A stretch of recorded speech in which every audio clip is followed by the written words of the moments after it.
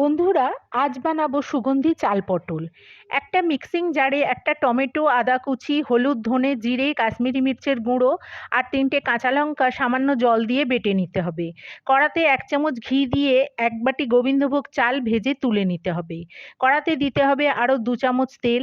গা ছুলে নিয়ে ওপর নিচ চেরা গোটা গোটা পটল নুন হলুদ মাখিয়ে ওই তেলে ভেজে তুলে নিতে হবে। এরপর তেলে থেঁতো করা ছোটো এলাচ, লবঙ্গ, দারচিনি আর তেজপাতা ফোড়ন দিয়ে টমাটো সহ মশলা বাটা কষতে হবে। দিতে হবে জার ধোয়া জল ও পরিমাণ মতো নুন। ২ মিনিট কষে এতে ভাজা গোবিন্দভোগ চাল দিয়ে নাড়তে হবে। এরপর গরম জল দিয়ে চাল সিদ্ধ হতে দিতে হবে। চাল আধসিদ্ধ হলে কিছু কিশমিশ আর ভাজা পটল দিয়ে আবার ঢাকা দিতে হবে। এরপর চাল সিদ্ধ হয়ে জল টেনে গেলে ২ চামচ চিনি, ১ চামচ ঘি আর ১/৪ কাপ ক্রাশ করা চিনেবাদাম দিয়ে নাবালেই রেডি সুগন্ধি চাল পটল।